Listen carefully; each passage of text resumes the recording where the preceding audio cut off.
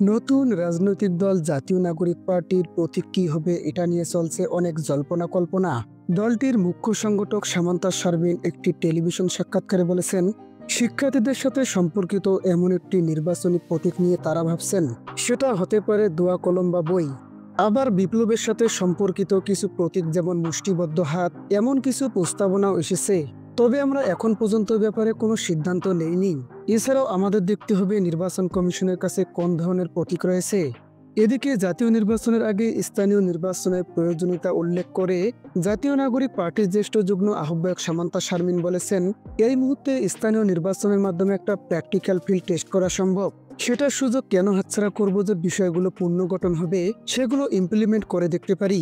কিন্তু যদি স্থানীয় নির্বাচনের মাধ্যমে ফিল্ড টেস্ট না করে তড়িঘড়ি করে হটকারিতার মতো জাতীয় নির্বাচন দেওয়া হয় সেটা আমরা কোনোভাবেই মেনে নেব না। আমরা মনে করি হটকারিতার নির্বাচন হবে গণ অভ্যুত্থানের সঙ্গে পুরোপুরি অসামঞ্জস্যপূর্ণ এবং এক ধরনের প্রতারণা। সামান্তা শারমিন বলেন, বর্তমানে নির্বাচনের ফিল্ডটা তো প্রস্তুত না, এটা আওয়ামী লীগের দখলের ফিল্ড হয়ে আছে। এটা একটা ব্যক্তি বা এক দলের শাসন কায়েমের জন্য রেডি হয়ে আছে। এটাকে পরিবর্তন করতে হবে, তাহলে সবার অংশগ্রহণের জন্য পরিবেশ আসবে।